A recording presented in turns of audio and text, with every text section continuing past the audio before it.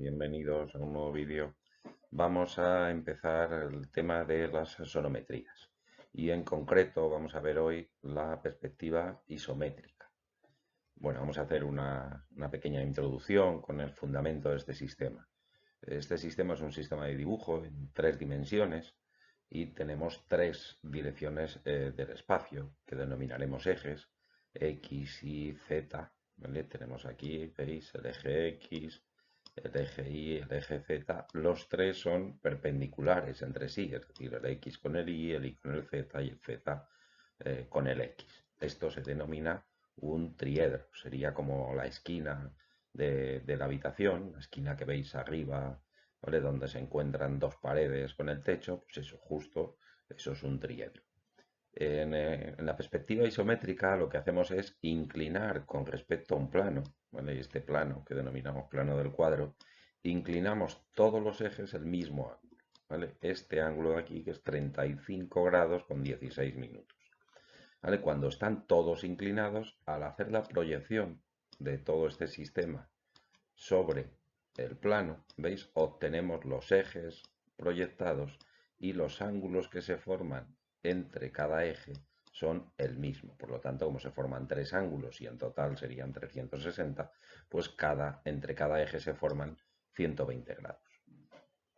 Eh, cuando, cuando proyectamos, ¿veis? Esta medida que tenemos aquí del eje Z, al proyectar, la medida se ha reducido. Eso quiere decir, como nos pasa, por ejemplo, en diédrico, que las proyecciones, a no ser que tuviéramos el eje paralelo al plano, no están en verdadera magnitud. Aquí se ha producido una reducción de tamaño y esa reducción de tamaño, cuando llevamos medidas sobre el eje Z, la llamamos coeficiente de reducción.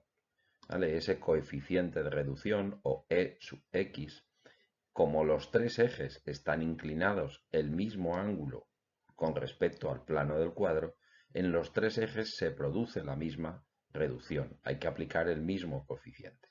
Entonces, cuando realizamos una perspectiva isométrica, ese coeficiente que tenemos que aplicar es 0,816. ¿Qué sucede? Que a mí normalmente, cuando hago perspectivas isométricas, lo que me interesa es obtener un dibujo en 3 dimensiones. No tener un dibujo que coincida con el planteamiento teórico de la perspectiva isométrica. Entonces, en vez de utilizar este coeficiente de reducción de 0,816, lo que hacemos es utilizar un coeficiente de reducción que no exista, es decir, a utilizar un coeficiente de reducción 1. ¿Vale? Pero entonces, en vez de denominarlo perspectiva isométrica, normalmente decimos dibujo isométrico. Bueno, pues lo podéis encontrar en los enunciados de muchos ejercicios, os dicen realizar el dibujo isométrico, pues ya no hace falta que os digan nada de los coeficientes de reducción, también aparece a veces realizar la perspectiva isométrica, pero aplicando coeficientes de reducción 1 o sin aplicar coeficientes de reducción. No es habitual tener que aplicar coeficiente 0,816. Si aparece en algún caso, pues se hace, pero lo normal es que los coeficientes de reducción sean 1. Bueno, segunda cuestión que tenemos que hacer, cómo dibujarnos los ejes. Tenemos que dibujar los ejes que formen 120 grados. Lo primero que haremos será hacer dos ejes o hacer dos rectas que sean perpendiculares. Fijamos el origen, ¿vale?, sobre la recta horizontal y el eje Z siempre va a ser perpendicular. Ahora trazamos un arco cualquiera, ¿vale? Un arco con cualquier radio y donde corte a la prolongación del eje Z tenemos ese punto 1. Si pinchando en ese punto 1 hacemos un arco con el mismo radio, ¿vale?, con el mismo radio R, es decir, ese arco pasará por el origen, obtenemos los puntos 2 y 3 donde se cortan los dos arcos que hemos trazado. Si ahora unimos el origen con esos puntos 2 y 3, tenemos directamente los otros dos ejes, el eje X y el eje Y. Por cierto, el eje X y el eje Y en muchos libros, en muchos enunciados os los encontráis que están cambiados de orden.